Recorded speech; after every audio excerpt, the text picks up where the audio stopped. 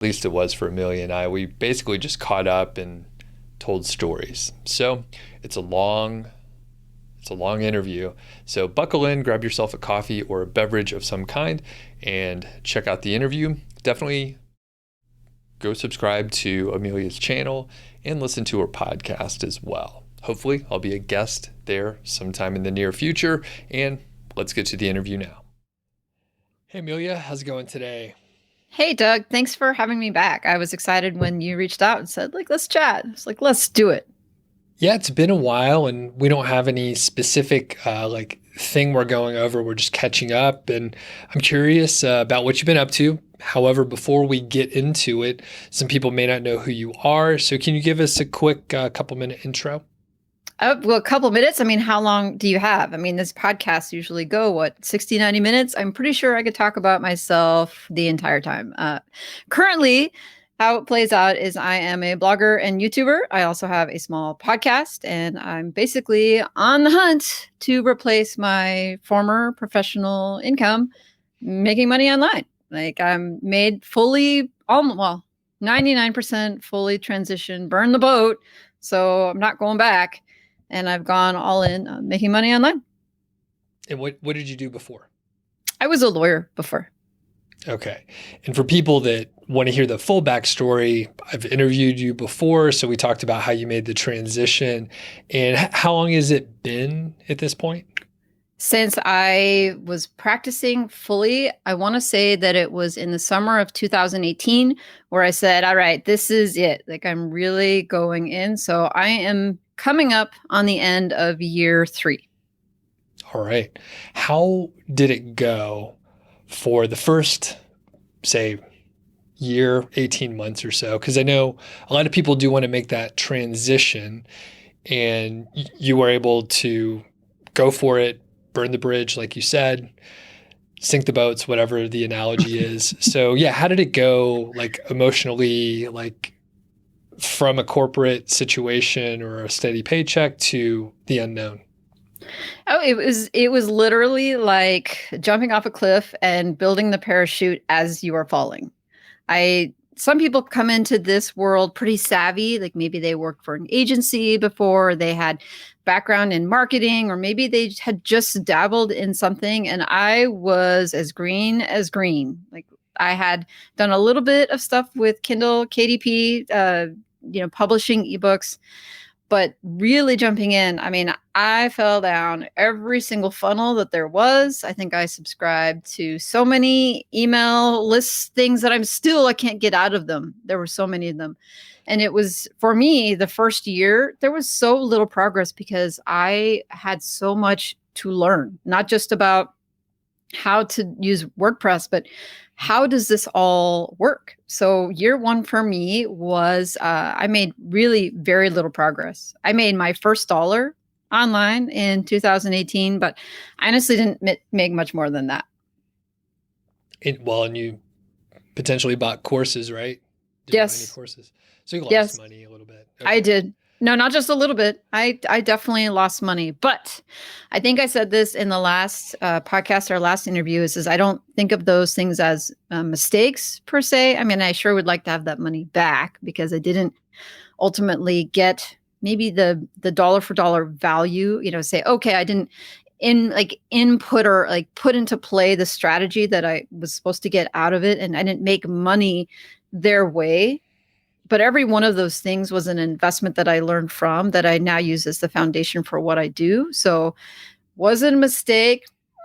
Maybe. Like, could I put that money to use some other way? Probably. But is it something, can I say that those were worthless and valueless? No, I learned something from every single one of those. And so maybe I would be more proud. I would be maybe less ashamed to come out and say, oh, I did that.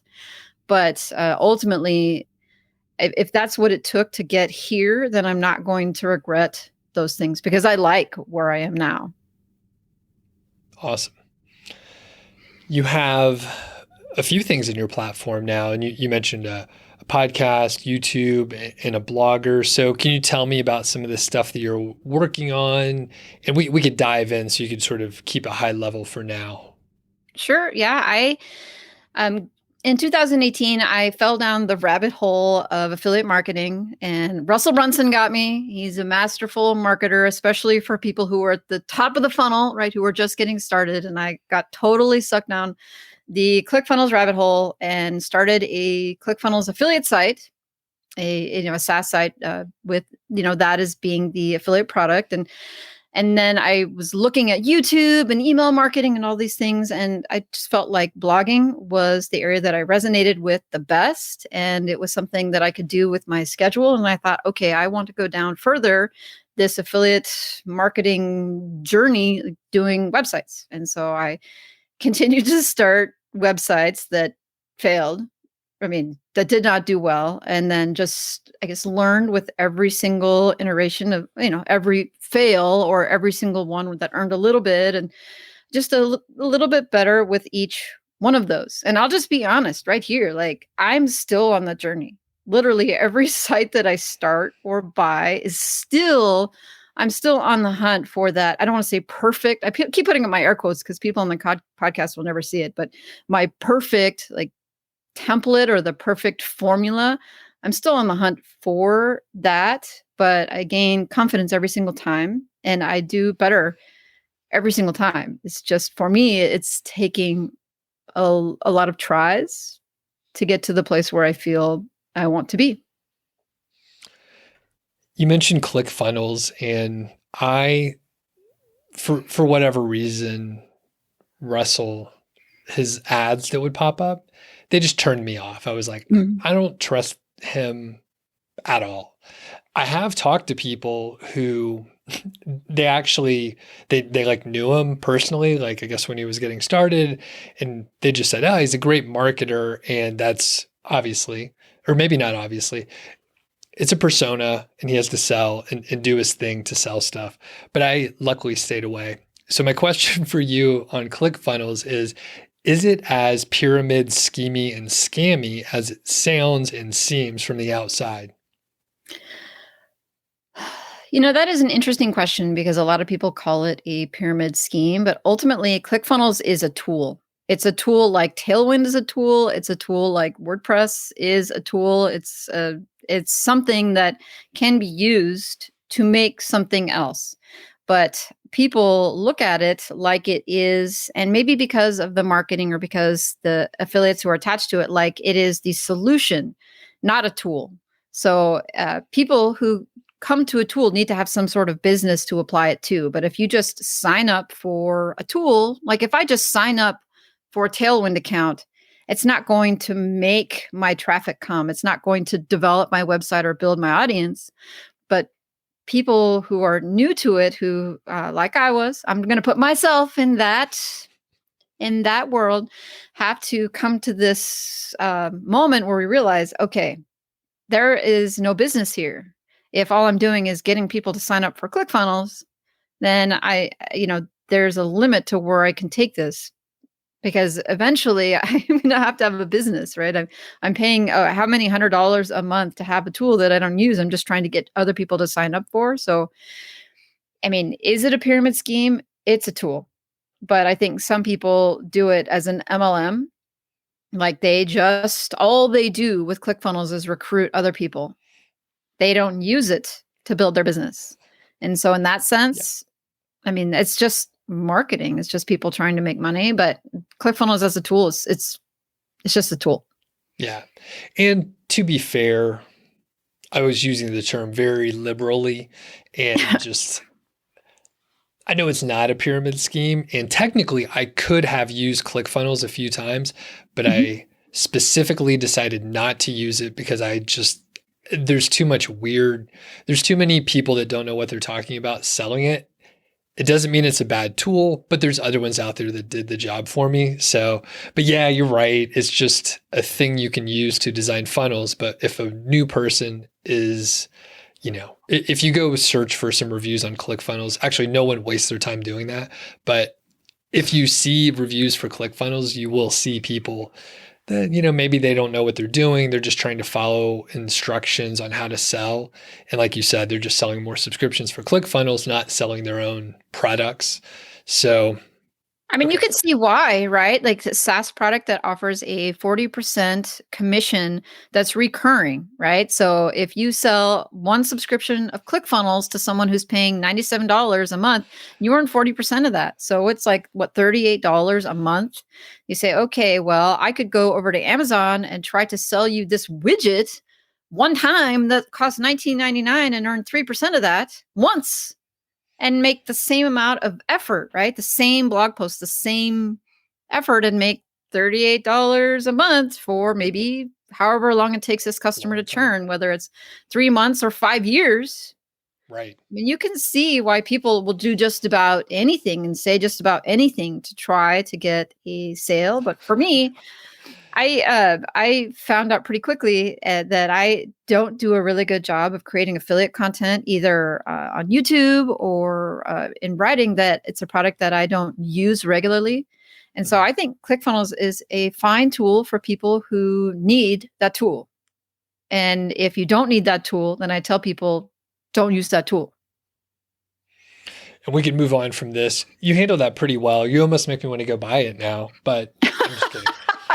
Just kidding. So a couple of the other things that you're working on. So I said we were going to dive down into certain areas. So we did Let's that go. already in one Go. spot. So you've purchased some sites, you have some niche sites going. Tell me about the various sites that you have. How are things going? Can you provide any results? Just all those details.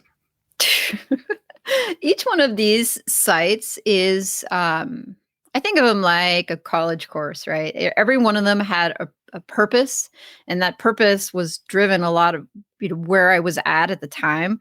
And so, my very first site was this ClickFunnels affiliate site, and I was at that time learning about SEO, and it was promoted as a way, use SEO to get affiliate commissions. And so it was a very basic structure and strategy, start a blog, and then write articles about the products, and then, earn money, which at the time was like, okay, that's simple. I'll start doing that. And then as I was doing that, I worked really hard and put in a lot of time and effort, but then didn't necessarily see a lot of traffic coming in. And I realized, all right, I'm missing something. It worked for this person, but probably this person got into this product when it was not necessarily trending as well as it is now. So it was more of a blue ocean than it is now. And I realized I was going to have to level up and try harder at this. And so I started another site, and that was after I had actually done John Dykstra's course. So he snagged me with his emails. He got me with his emails, and his course was reasonable. It was his full blogging course for $47. And it's like 1 year, I'm like, that's sold. Here's my money. Take it. And then I wanted to try his method, his strategy. So I started another website with his strategy and just trying to follow as closely as I could to what it is that he said to do, even though in some ways it was different from the strategy of my first site. I wanted to see, okay, well, how would this play out if I tried as well as I could to follow the things that this person said? Now, was I able to do that 100%? I was not. So it's more of a subjective experience, because in every case, I can't help myself. I think, let me substitute my judgment for some stupid reason, like I would have any reason to know better, right? But we always do that.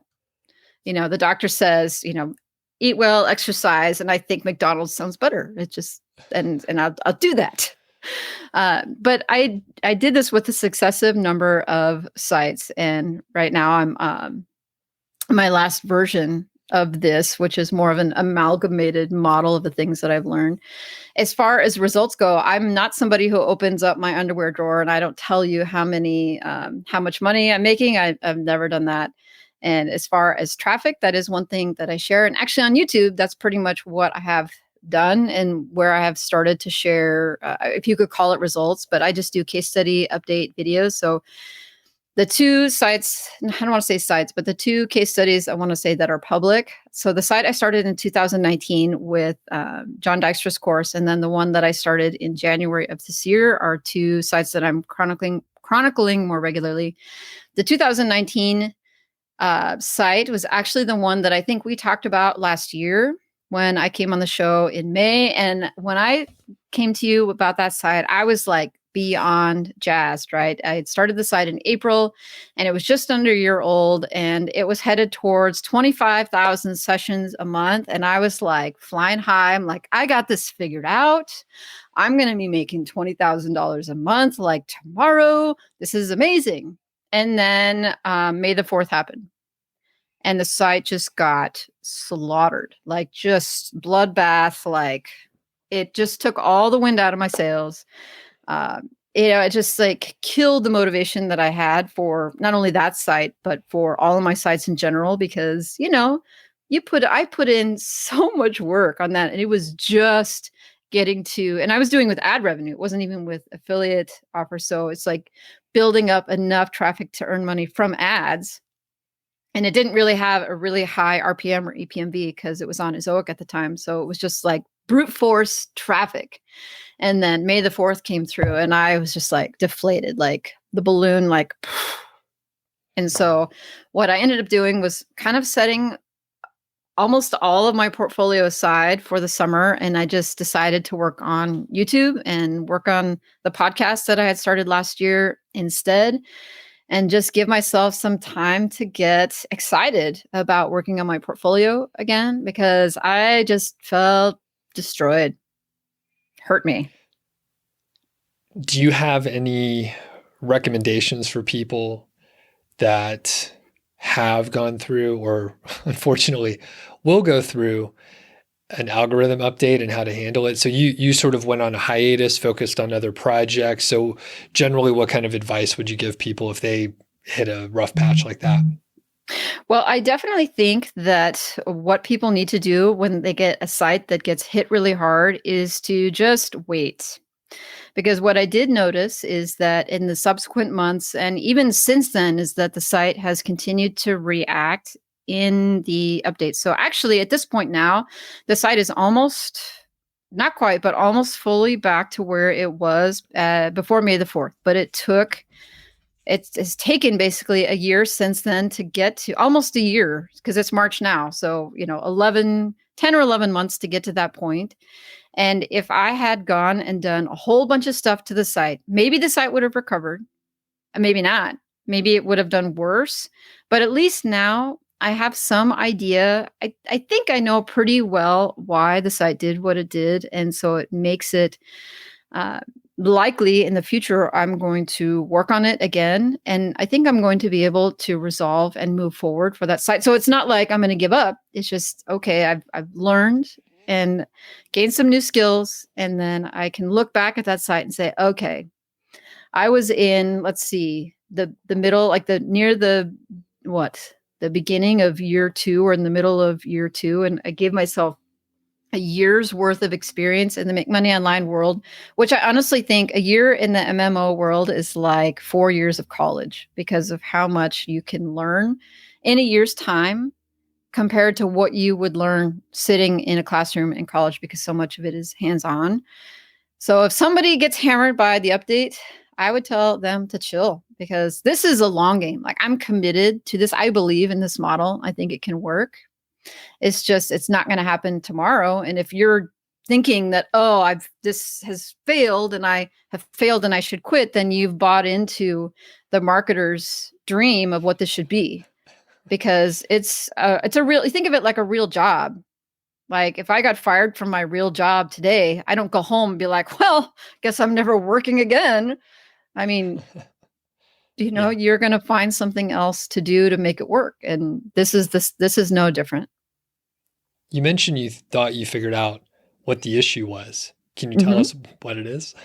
I think it's an issue of topical relevance.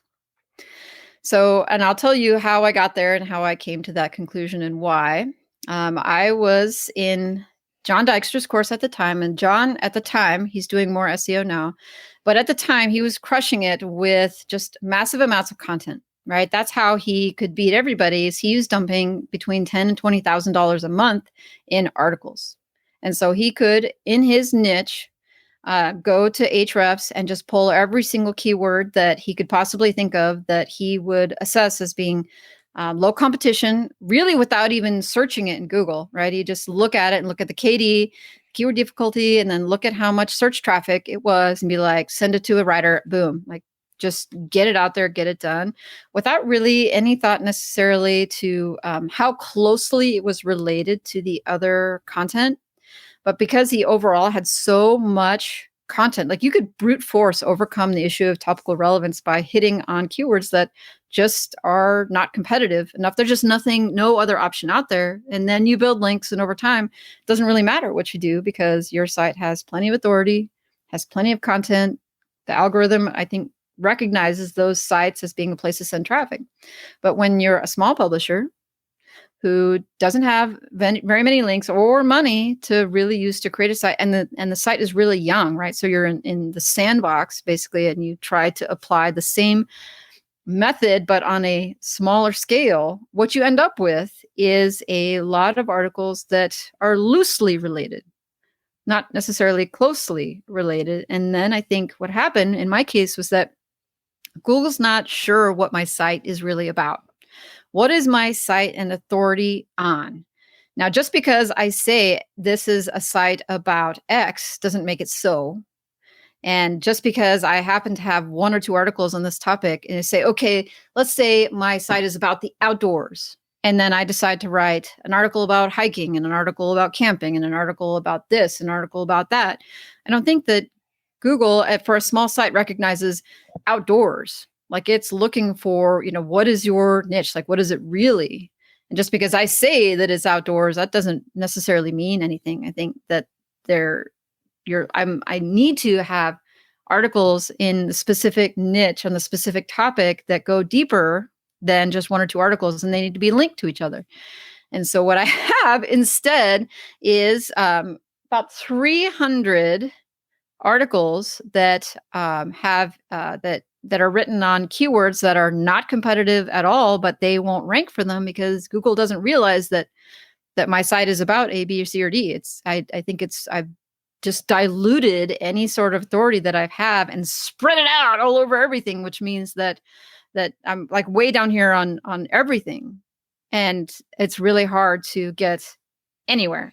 Now, I don't think it's a coincidence at all that the one I'm going to put in my air quotes silo of articles are basically the top 10 articles. So I have basically gone back and then looked at one or two articles that were performing really well and created 7 or 8 articles like with similar keywords and similar topics, and then linked them to each other. And now those articles are the top 10 articles on the site and get the lion's share of the traffic. So the solution on this site going forward, assuming that my theory about this is correct, is to just either prune content and focus on the niche, the topic that is currently getting traffic, or to try to create really deep, distinct silos on some of those other topics to see if I can rescue those articles. But this site may be unsalvageable just because it is so broad, and odds are I'm not going to dump a ton of money to try and save every single silo, because each one of them could probably be its own cluster on its own if I were to go back and do that. I'm having so much more fun. I don't want to say starting over, but starting over and kind of applying the lessons learned to a new site, which is what I have been doing since January, and having a lot of fun. And that old site, I mean, it makes between $100 and $150 a month in ads and occasionally an affiliate sale here or there because it's on Amazon.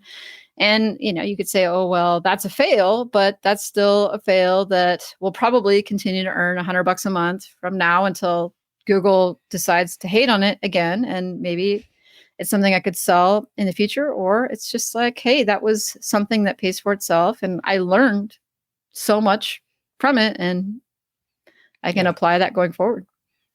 And you never know when a new update's going to come around and actually help a site out. I've seen that a few times where same kind of story. Someone has some ups and downs. They ignore the site for a while. A new update comes through and then it doubles in traffic, 4x in traffic, and literally no action was taken. Yeah. So, okay. And just to recap, the site didn't have topical relevancy. There were a lot of random articles, roughly in the same, I mean, they fit on the same site, but it's just Google doesn't know what your site is an authority in. So the way to fix it is to create some clusters or silos that actually add more content and expertise in specific topical areas. Is that pretty good? Yeah.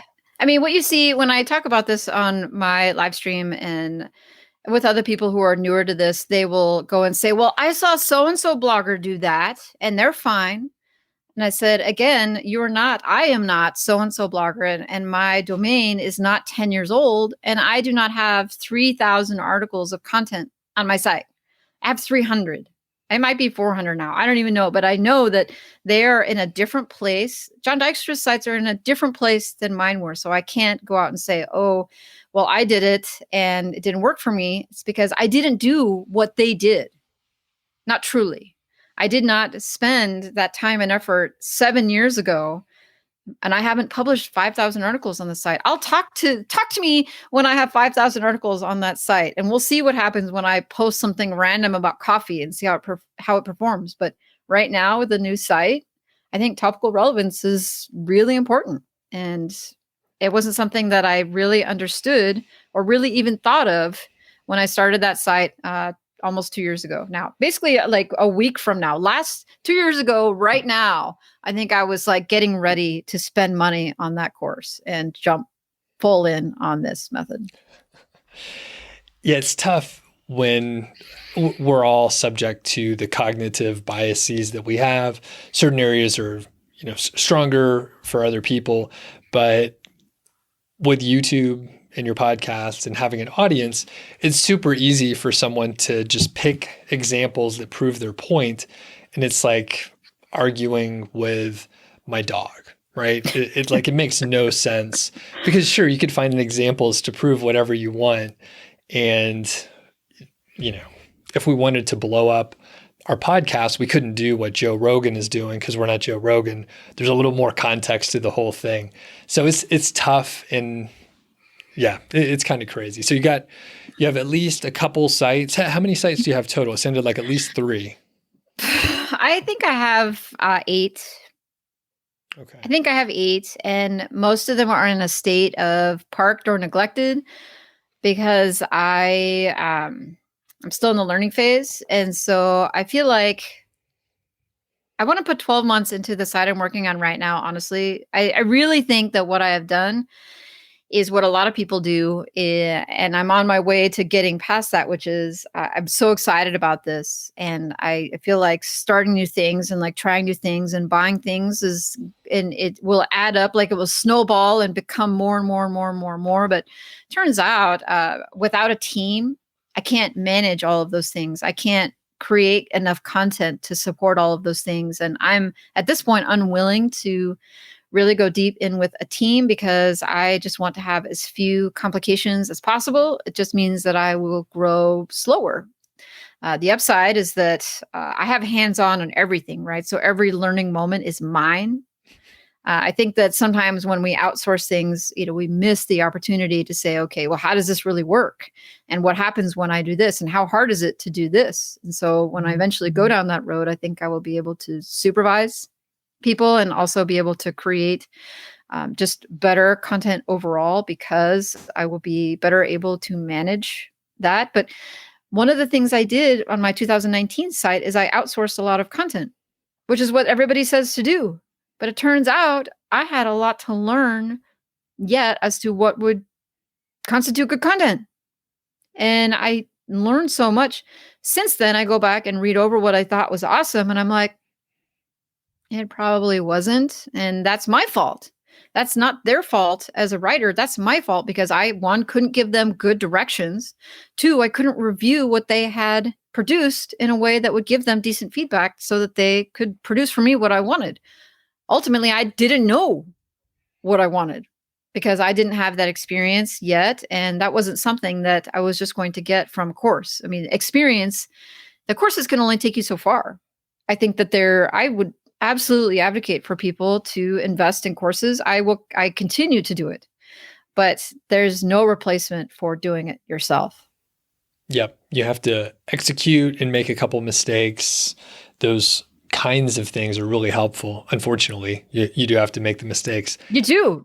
And that's the thing that drives me bonkers is people are like, oh, I'm just so afraid to fail. And I'm like, that is the learning moment. Like those are the learning moments in each case is, okay, do it wrong. Because people, they come on your stream, they come on mine, and I totally get the need to ask questions because it's new world. But at some point, you just have to try it. I don't know which is the best hosting for you. I don't know which is the perfect domain for you and your niche and all the things, but I do know that I figured these things out for me by trying them. And I can come back to you and I'm not one of these fully formed success stories, right? That come on your channel and other people's channels are like, I make X dollars a month and I got my money gun and I'm like in progress. And I think so strongly of people sharing these stories that I'm willing to come on your channel and tell people that. But I think that most people on YouTube will not. Yeah, I try to have not necessarily failure stories, and you're not a failure story. No. I've done it wrong like 10,000 different ways. Like, it's okay. Like, I don't care if people, like somebody said on Alex's channel, I went on his channel a while back and somebody said, I don't think this lady really knows exactly what she's doing. And Alex defended me and he's like, I think she knows exactly what she's doing, which I appreciated. But in some ways, I'm still figuring that out. And it's not necessarily a criticism, and it shouldn't be, because a lot of us are still figuring it out. And that's one of the joys of being part of a community like yours and others is you learn that most of us on a day-to-day basis are still trying to figure out how to make this the best possible business and experience for us. Lost my train of thought. I had a great question. Sorry, I like have my way of like just blowing right through that. Like, let me take over, hijack your conversation. I have a good failure story for you. So I did a case study. I suck at case studies, so kudos for you for at least keeping track of like what the fuck you're doing, because I just forget about them. So I was doing this age site case study, and it actually all ties together. This is why it's so good. So in the age site case study, I thought, hey, I'm going to partner with these companies. I'm actually going to buy the products. I'm going to pay for all this shit so I could say what I want. And I was going to outsource everything because, unfortunately, that's what everyone wants. Everyone thinks, I don't want to do any of the work. I just want to outsource everything. So I want to know what companies to use. And I wasn't outsourcing in that capacity. So I thought, I need to test out the services. I'm going to do this thing. So I ended up spending, I don't know, $15,000 over, I don't know, say 4 months, 5 months, something like that. Pretty big outlay. I bought an age site. Yeah. I paid a company to write all the content. I bought links, and it was slowly growing. It was actually making a few $100 a month. I think the highest month was like a December, and it made $400 or $500. Not bad. It was moving in the right direction. And I literally published 50 articles. All I did was hit publish. I spent very little time on the whole thing. And then it slowly was climbing through April of 2020, same update you're talking about, May the 4th. Traffic impact, it lost roughly half the traffic. And the unfortunate part was most of the revenue was coming from a couple posts. Those are the ones that dropped. So traffic in half, spent $15,000. At some point, Emilia, I realized, you know what? I'm not going to go back to it. I don't care about the niche. I don't care about the case study. I'm bored with this whole thing. Maybe I could sell it. I emailed my list, ended up cutting a deal. I won't share the exact amount, but basically I lost a lot of money. The whole thing was a failure. However, talking about cognitive biases, it's a sunk cost fallacy bias. And that money was gone. I spent that $15K in 2019, but now I have money that had disappeared and someone else has an asset. They have time and effort to put into it. And even more importantly, they have like the focus and the willingness to spend time on it. And I'm just uninterested with it. So Mhm. huge failure overall. But I removed myself luckily. And I was like, you know what? I just got to get rid of it. I have like one or two other sites like that. So I don't know. Would you sell some of your sites that are just sitting there, or do they have any intrinsic value? Are they getting any traffic? Like, can you unload them in some capacity? All of my sites are getting traffic, and all of my sites are earning it, at least in some way. You know, that SaaS site, my first site, it doesn't get that much traffic, but maybe once a quarter or sometimes even once a month, I'll get a fairly big affiliate sale on it. So somebody will from the site go and spend $1,000 on a product over there at ClickFunnels, and that's 40%. So it's sort of like as long as it's continuing to earn money. I haven't really talked about this site on my channel all that much because I'm not that proud of it. But in the lifetime of the site, I think I've earned $5,000 with the ClickFunnels affiliate program just from that site just being there. So I guess you could I call it I don't call it a win, right? I don't call it a success, but given that most people really struggle to earn $100 or their first dollar, online to be able to have a project that I consider basically a fail, right? To be like, oh, well, I did earn $5,000 on that in the last, this is the third year of it. So it probably earns between 1,500 and $2,000 a year. And I don't touch it. I haven't updated it in 18 months. I mean, I do nothing except every once in a while get an email that says, ooh, there's $350 that just landed in my bank account. I'm like, thanks. That's pretty cool. But everything else earns, at least it pays for itself in some way. So if I had a site that was a straight up just money pit, I get rid of it. I just let it go. I would try to give it away to somebody or something just to be done with it. The thing that really inflated my portfolio was my Empire Flippers purchase, because I bought a small portfolio of sites almost 2 years ago. So it'll be 2 years ago in July.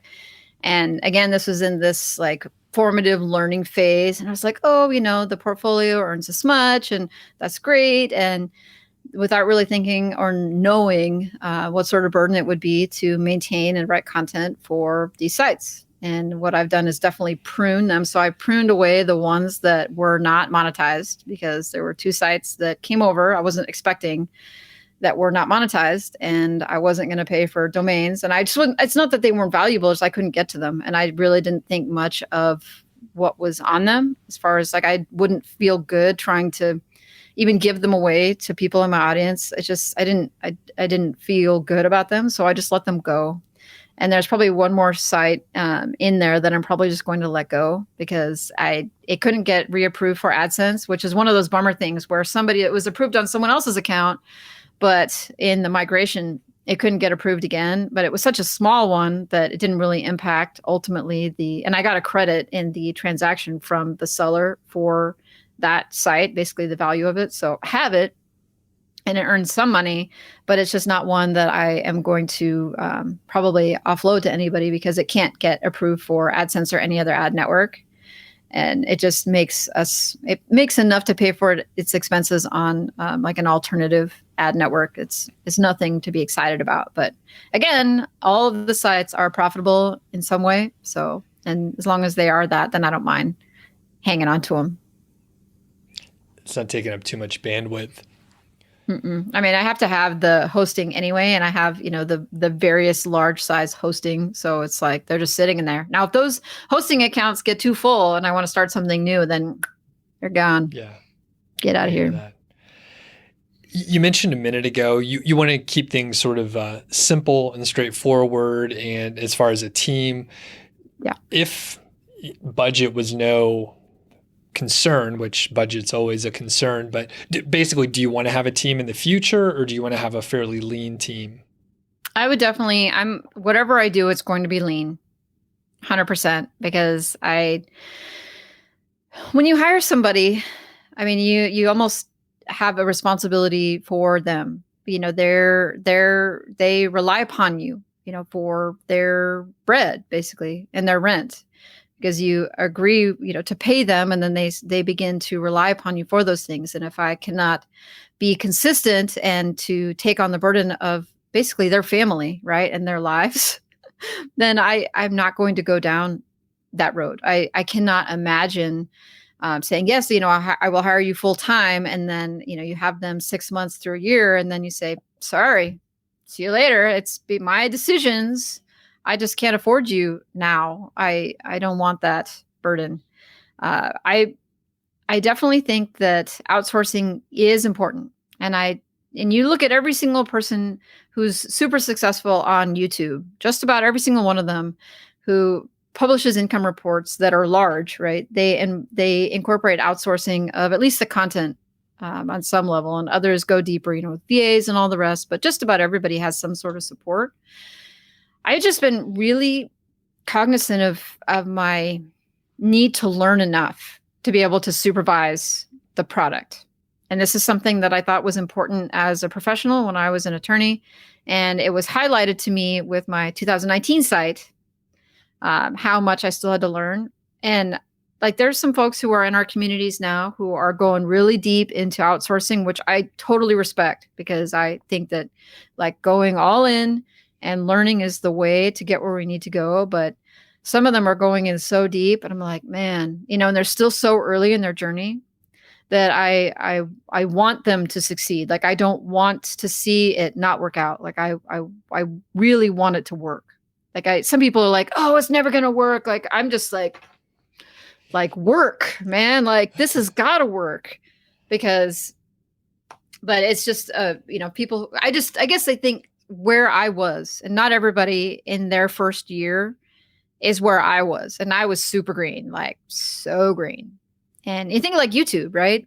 There are people who come into YouTube in their first year, they already get monetized and they've already got lots of views. And my first year in YouTube, I completed my first year with 46 subscribers. I think I made 200 videos in a year, my first year on YouTube, and had 46 subscribers. Wow. And most people, that doesn't happen for them. They'll make 30 videos. I think that's what the YouTube gurus say. You need at least 30 videos on your channel before you start to see some success. And I was at 200. And yeah, you mentioned a couple things. One, you sort of talked about people that are really successful on YouTube and some stuff like that. And I just want to, as a public service, as a YouTuber, you don't necessarily want to follow in our footsteps. And you're a YouTuber too. So, I mean, we're trying to be entertaining in some capacity. So it's not that we're putting out like bad information or anything, but yeah, I mean, YouTube's a weird ecosystem. I have a love-hate situation with it. I actually enjoy doing the podcast way more. So I just want to highlight that. And again, I lost my train of thought, but we're just going to keep on trucking along. Well, I'm going to interrupt you there and just make sure that I clarify. Is I don't think that people who are publishing income reports, that they're doing it to be hurtful, or that they're like hiding things, or like doing like there's no sort of malfeasance here. Like I think you can't help but notice that the guys and ladies that have the big sites that are earning a lot, most of them outsource something. And it doesn't always have to be content. It's just there's so much that has to be done, especially if you have a portfolio. And if you have a full-time job still, or a family like I do. I mean, I cannot spend 40 hours a week doing this, because these other things are more important to me. And yes, you're 100% right. Outsourcing is highly valuable and a good skill to have. And I was focusing on the wrong part, which is just like the people looking up to YouTubers maybe a little too much occasionally, but maybe way too often. It's a fun thing. If people don't have a YouTube channel, like check it out. It's pretty fun. And shifting into the other topic here, your YouTube channel has gotten a lot more traction. So tell us about that. Like, what took you from the 47 subscribers to, I think you're over 3,000 at this point, right? I did. I just crossed 3,000. And it's funny because a good friend of mine that their opinion I valued very much told me that 1,000 would not be possible for me. And I was like, thank you, but watch me. And what took me from 46 to 3,000 was just like sheer stupidity, like persistence in the face of pain. You think that usually when you have negative feedback, that's a sign that you should stop, right? Like our human bodies, we are made when we experience pain, that is a sign to stop what you are doing because you are being harmed. And I think that's why the YouTube ecosystem and making money online in general is so difficult, is because you do all this effort and you suffer and nothing good happens. And you're like, this is not a sign that I should keep going. Like there's nothing good happening. There's no incentive to keep working. And that's ultimately what I did, is I just kept making videos and just trying to make every video at least a little bit better than the last one. And because I had so far to come, I was anxious about being on camera. I didn't like the way I looked, the way I sound, the way I talked. I couldn't edit to save my life, still can't. And I don't have a set. Like, look at my set right here. Like, you've got, books and like lighting, and I've got a window. And I use my phone sometimes as my light if I need to light up the other side of my face. It's just every video was just making something a little bit better. And turns out that if you just try hard long enough, you will grow. Just like websites. Like if you just try hard long enough, eventually something will happen. It might not happen as fast as you want it, but in my case, I just kept pounding away at it, and here we are. I was auditing my blog niche site project and getting rid of a lot of old content. When I was going through, I saw a couple sort of roundup posts from 2014 or so. And it was amazing to me to see how many people started blogs sort of in my same cohort, the same couple years, how many just dropped off. They just quit. They didn't stick with it, like you said, through the dumb shit that I was doing where, sites are penalized, my case studies fell apart. There were other case studies that I didn't follow up on, and just, thing after thing. But I did keep going, and eventually, like, there's a handful of people that still have the blogs from that group, but it's probably like 10, 15%. Like, a lot of people start things and it's really hard to follow through. So I think, that's exactly what I've done with my channel. I was on an interview not too long ago and they're like, oh yeah, what was the big inflection point? No inflection point. There was nothing. It was just I just kept doing it, and eventually I got a little bit better, but not much. I got more lights. I have a lot of lights in here. You'd be alarmed at the number and the lumens shining at my face here. But yeah, well, you can see me. Like, I feel like my face, like, for the most part, is pretty well lit. That's a window. That's the best lighting you can get. Unfortunately, my stupid window is behind me, so I have to cover it up and then shine artificial lights in my face here. So, the one thing I will say about YouTube, the transition period that really started to help me grow from 46, which is, like 1 or 2 or 3 subscribers a month for 1 year, was I started to use YouTube like it was meant to be used, and stop trying to use it as an affiliate marketer, and stop trying to use it as someone who is trying to grow a channel. I just started using it like a person. And so I actually started watching videos and actually started following people, and not just to leave comments for the sake of getting followers, but to actually be on YouTube. And I started to understand what it is that people wanted and looked for, and slowly tried to incorporate those things into my content.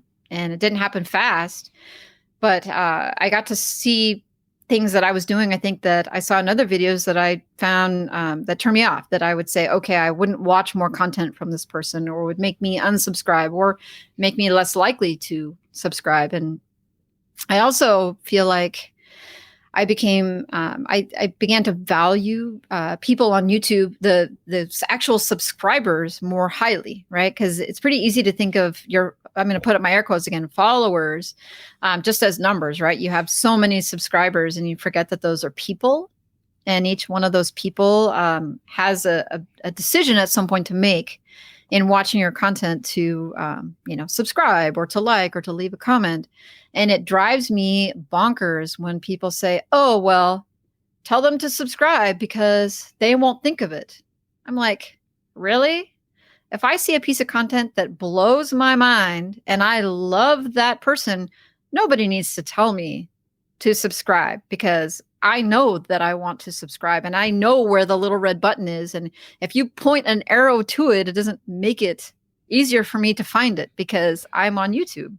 But people treat them like they're children who don't understand how to operate the phone that they spend 18 hours a day staring at. It's funny. I stopped mentioning that. I might do it out of habit occasionally, but I don't think I've even said my name. I don't even say who I am anymore, because it turns out either they don't care or they already know. It's the channel name too. They know who I am. If they look around, if they care to find out, they could figure it out. So I do think, though, like asking people, reminding people to hit the like button, I do think that is worthwhile to do. And because I do forget to do that. And somebody's like, oh, hit the like button if you like it or whatever. I'm like, oh, yeah, sure. Like, I'm happy to do that. But the subscribe thing, like you're reminding me to subscribe, like, nah. Like, yeah. I know that's like the advice that every YouTube guru says, like, tell them to subscribe. And for me, if somebody has to be reminded to subscribe to my channel, then I don't want them, because they are not warm enough to me. They don't like me enough probably to see one of my thumbnails come through their browse feed and to click on that video. Mm-hmm. And that's what you want. You want them to be so fired up about you that they see a thumbnail, on your phone, like a notification interrupting their day. And they're like, ooh, I need to stop what I'm doing and watch that. Yeah, that's right. And are you good on time? I know we're coming up towards the end of our scheduled. Whatever. I think I have till 3:30, just like you. Okay. Or is it the top of the hour? we're going to a oh YouTube God, meeting. What time is it? I don't actually know what time. I don't know. I just know that I'm good until you're good. So. Okay, I'll check our calendar. I'm not even going to edit this out. Yeah, we're at the top of the hour, so we'll keep going here. Okay, back on topic. Still YouTube. You have another channel that you started. Can you explain the reason why? Oh, yeah. I have two. I have more than one YouTube channel, but the two YouTube channels that I have my name associated with, I have my main channel, which is my name, Emilia Gardner. And then in December of 2020, I got this radical idea of creating a second channel, and to initially just host live streams and live interviews on a second channel. And the reason I thought of this is that I had watched an interview that CoffeeZilla did with Graham Stephan. And one of the advice points that Graham Stephan gave to CoffeeZilla, basically like the biggest thing that CoffeeZilla could do to work on growth, was to move his live streams off, like his long form interviews, to a separate channel.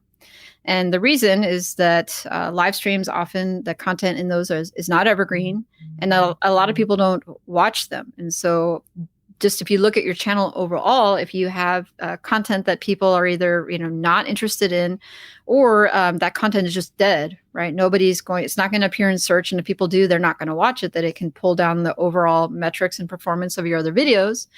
And coming from, it's a big dog like that, I was like, that makes sense on a logical level, as I understand the algorithm to function. Like, well, I could ask people what they thought, or I could just do it myself, see what happens. And so I started a second channel. I started a live stream channel, and it has, I think as of today, it has a whopping 122 subscribers compared to my main channel, which has 3,000. I noticed when I set it up that I had some people unsubscribe from the main channel and subscribe only to the live stream channel. Some people did not subscribe to the live stream channel. In fact, many did not. And some people told me they thought it was a bad idea and that it was confusing to have two channels. But what I have noticed is that the videos, the average watch time on the videos that are over on the live stream is very high. As much as between 20 and 30 minutes for videos that are an hour long or potentially more. The CTR is really high on the thumbnails, sometimes approaching 20%. So what I know is that the people who are getting those thumbnails, who are getting notifications, who are seeing these streams on their browse page, that's content they really want. And and the people who, I guess, maybe like sometimes may have clicked on it when it came through their feed on the main channel. Maybe they really didn't like it, or maybe they were kind of meh about it. The one thing I know for sure is the people who are on the live stream channel, that is what they are there for. That is what they want. Nobody is over there thinking that they're going to get regular videos about all this other stuff. They're there just for that. So I feel like, one, I'm serving that audience really well by putting them in a place where they want to be. And I think that the people who unsubscribe from the main channel, those people were just there in the first place for the live stream content, which means that when I made other videos, they were just scrolling past, not interested. And that is not going to help the performance of those videos. In the long run, will I say this is a good idea? I mean, not many people are doing this. Alex, he's got 50,000 subscribers and he's live streaming all the time. You have 25,000 subscribers and you live stream on your channel. So if I just did what all the big dogs in my niche were doing, I have done something crazy, right? I've done something that doesn't make sense, but I want to see what it will do. And right now I like having the streams in its own place because I feel like the people who are there, like they really want that. And they may or may not want the other stuff. And it makes me think that in the future, I may carve out other topics. Like I think, I have a lot of people subscribe to my channel who are there because of the Income Store series of videos that I have been making since about January of 2020. Those people are not interested in my other content. They are there because they know that I will do an Income Store video. And they probably don't watch a lot of my other stuff. And that is not good for my channel, for my thumbnails to come to their phone or to their browse page and for them to just scroll right by. Doesn't help me at all. But I feel like this is a trending story. So starting a new channel just to support those folks isn't going to make sense. It's going to be a lot of effort for limited good, because at this point now there's not a lot of videos to make anymore. But in the future, if I was to decide, okay, like I'd really like to delve into teaching about podcasting, I probably would just start a separate channel for that and then just try to divert the people who are on my main channel who are interested in that over to it. I don't think that I would start from scratch with starting 5 channels, because now I have this main channel that I could use as the foundation to try and draw people to the other ones if that's what they're interested in. And I definitely would not change anything I did. Like I would still stream a ton on my main channel because that's really what helped me get my watch time and to grow. Just at some point it came to, I think, to a point where it was a good time to say, okay, I'd like to build this as a streaming hub and then focus on maybe seeing what other topics I can build on the main channel and maybe create another hub maybe in 2 years. See what people are interested in. What am I interested in? Yeah. I think I'll be interested to hear how it goes in a year or two. But I've seen this on some other channels. One of my friends, it was sort of like a vlogging channel plus travel plus lifestyle and all this other stuff. And she's split it. I haven't talked to her, but I'm curious if it's the same exact thing. So she has like a travel, a vlog channel, and then a lifestyle, and then the main channel. But she splits into like 4 different sort of buckets, I think. I started another channel, and we were chatting earlier. I'm sort of unclear on what I'm going to do with it, but in a similar way, it will probably be topics that don't necessarily, they literally won't fit on the main channel where I talk about affiliate marketing and SEO and whatever. I have put other random stuff on the channel, which usually doesn't do as good. At the end of the day, I may simplify things just because I don't want to manage extra stuff. A little lazy, and I'm like, am I getting as much out of it as the effort or extra brain capacity that it's taking up? And I'm not sure because I don't even know what I would end up doing with it. So I don't know. I could see myself in the future wanting to maybe do vlogs, right? And you see some of the big YouTubers do this where they have their main channel and then they would like to create content that's maybe just about their life, like in generally, or talk motivation or talk just to do something that maybe only a portion of their audience would be interested in. And that just seems like a good time to carve that out. And maybe only a portion of your audience is interested in beer. You know, maybe that would be a good place to put that content. Maybe it's just Doug Cunnington life. Yeah. And that's just the other just random stuff. Yeah. I mean, and sometimes YouTube is selfish. I mean, ultimately, it comes down to, I think the Think Media guys and other people do this, but they break up their content into buckets where they try to create content that is for serving and acquiring new subscribers, right? The stuff that maybe current subscribers are not that into, but new subscribers would be into, and then serving your current subscribers, creating, doing the live streams or doing things that the current people who subscribe to, you want to make them as happy as you can. And then the third bucket is things that make you happy, like fulfills the artistic, creative thing that maybe doesn't serve these guys or these guys. But the third bucket is what will keep you on YouTube. And like feeling free to say, okay, like which bucket do I serve today? And maybe that bucket is another channel, or maybe you just post it on the main channel and tell you guys like what? Deal with it. I felt like making this video and I made it. So there, come get me. And I think, I'm probably trending towards the 80% of the content for me area just because I'm more selfish. Okay. We're coming towards the end just so we don't go on for too long here. A couple quick things. You did have me on your live stream on the live channel, so people can check that out. We'll put links so people can find it. And you did a pretty cool segment where you came up with different niche and sort of keyword ideas, and then you got my take on it and we riffed on it. A few good ideas where I actually thought that could be a good niche. One that you brought up was the adult sleepovers. So do you want to tell people what? What about adult sleepovers? Adult sleepovers, that led to many suggestive potential comments. Okay. Oh, right, the adults, the sleepover though, as a niche, I just have seen people starting businesses around sleepovers for kids. And so what they'll do is you hire them and they'll bring over like these super cute indoor tents, like these little wooden tents with a fabric on them and like pillows and like snacks, and movies and a projector screen, like to make it the ultimate sleepover. But one of the things that came up was the adult sleepover, which we laughed about because, most adults, when they want a sleepover, they don't.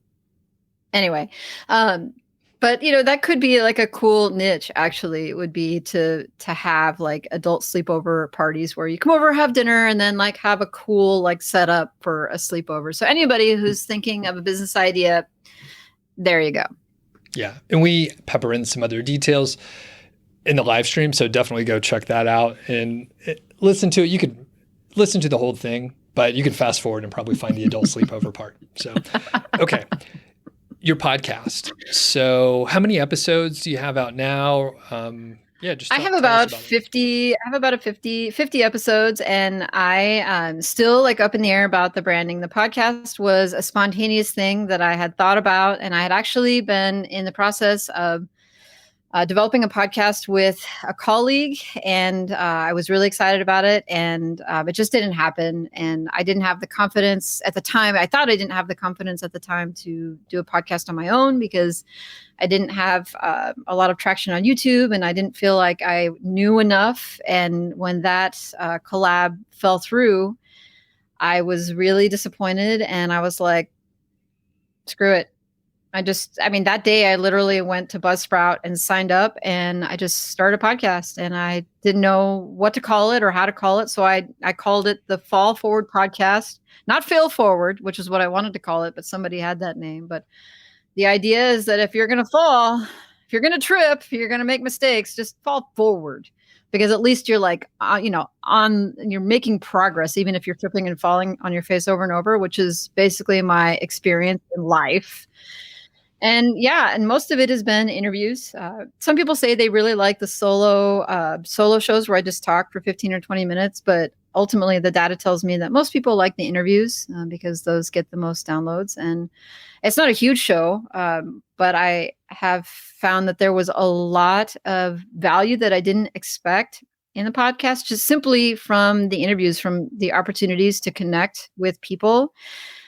It's amazing how if you just cold emailed somebody and said, have coffee with me, please, I will buy you coffee. And they're like, I'm too busy, or they don't respond.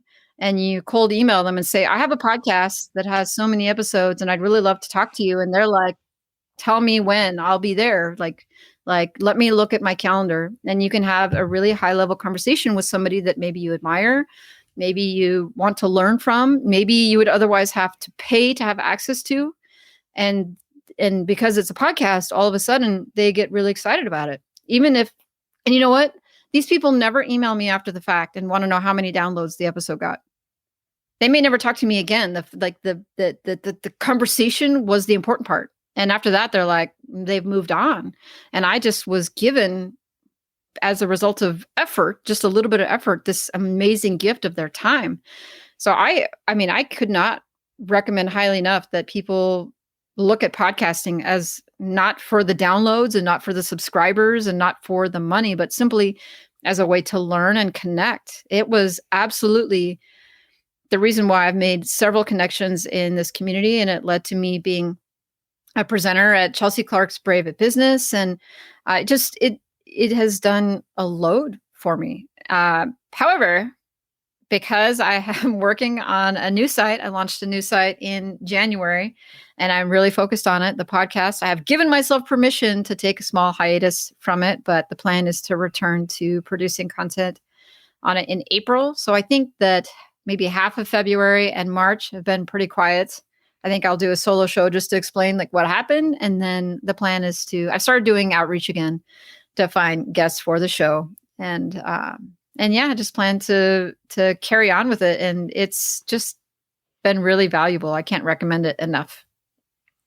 Pretty awesome. And I think the combo of a YouTube channel and the podcast is really good, because even if someone has a podcast or YouTube channel may not have, I mean, huge podcasts may have pretty small YouTube channels. Yes. So you literally could say, hey, I'll have you on my YouTube channel, and you may really be much bigger than them on YouTube, and they would gladly talk to you. So yeah, absolutely. It's really, really awesome. And it's a great way to build your business in a way that you would not expect.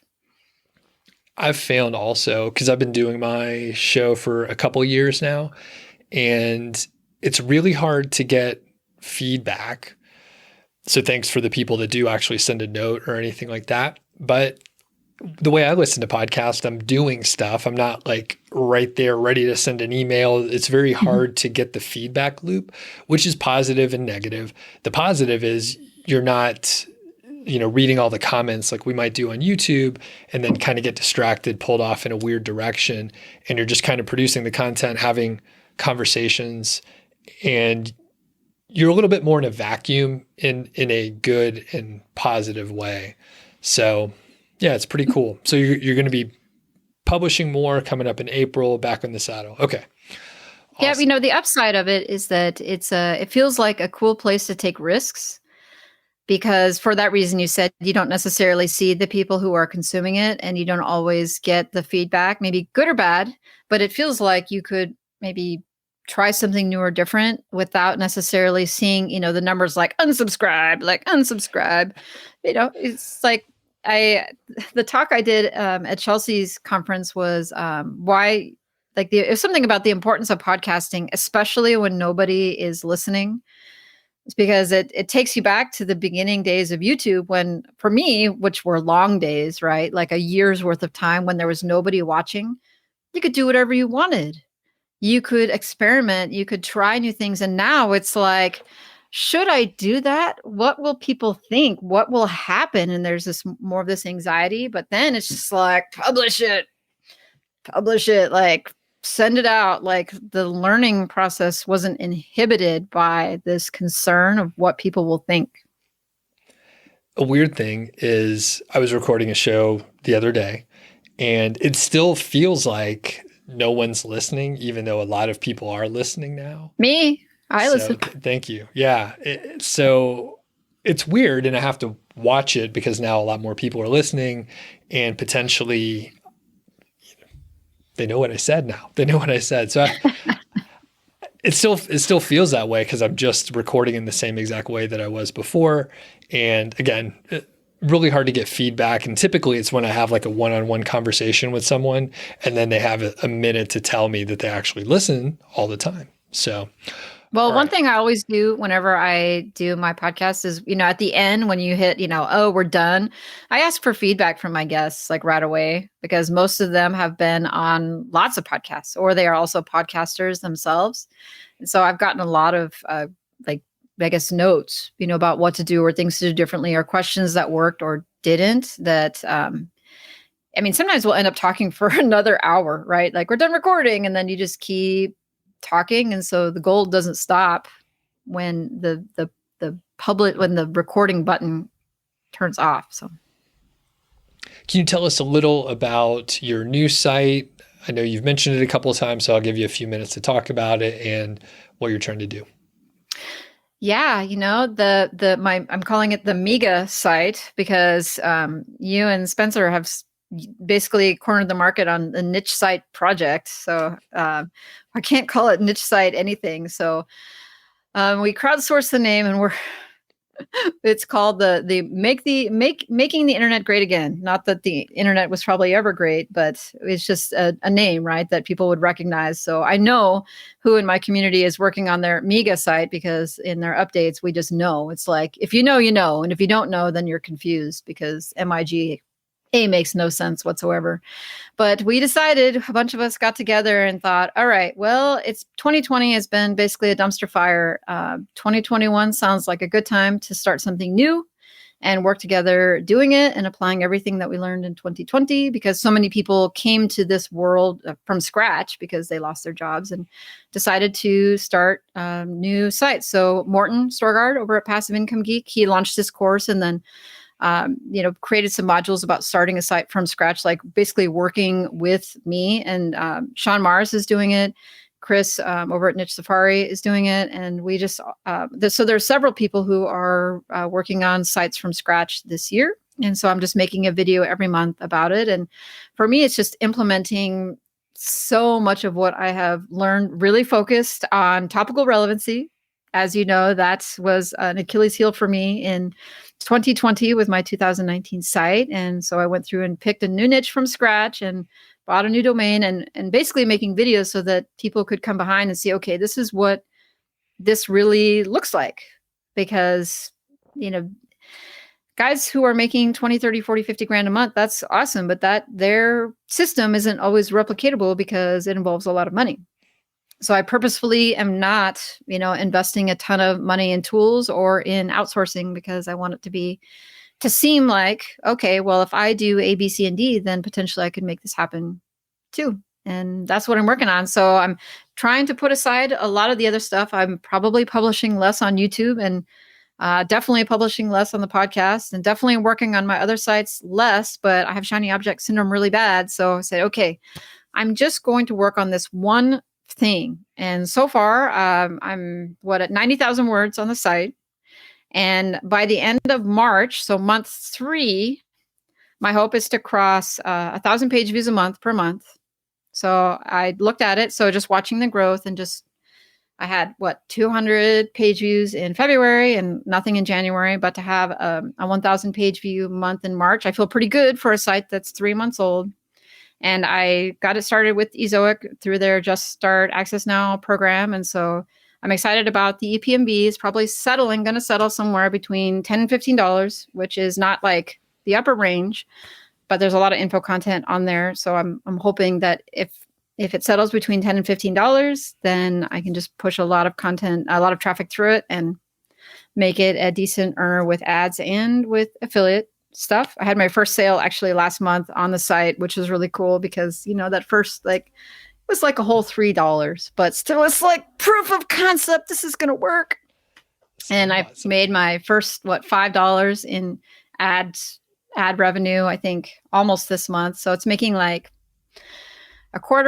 between a quarter and 40 cents a day on ads right now. So I feel like, it's month 3. So not even the end of month 3. And to have the site already earning, and the money I invested was the domain, which cost me $8. And I just threw it on hosting I already have, and then no other investments. And I'm almost profitable. I think I'm officially profitable this month. And yeah, just crushing away on the content, writing it myself and applying what I've learned. And I'm really excited about it. I'm excited to work on it every day. And one more question about that. You mentioned focus. Mm-hmm. Are you doing anything to help you focus on that site and not get distracted? I am not looking at the other one. So I'm avoiding looking at the traffic. So I'm not looking at Google Analytics on the other sites. I'm not checking necessarily the revenue. I mean, I check every now and again to make sure that everything works, but I'm not like going and looking at keywords for that stuff. I'm not working on plans for that stuff. If I log on to WordPress, it's just the one site.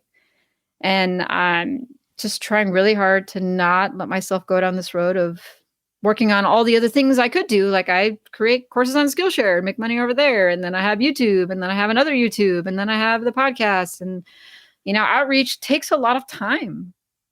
Looking for guests and scheduling guests, just being kind to myself, saying, okay, it is all right if this other stuff takes a backseat for a little while I build this thing, which I just have learned so much. It just feels like a great opportunity to see, to prove to myself that I can do this from scratch and apply what I have learned. Because it's not like, I earn a full-time living online, right?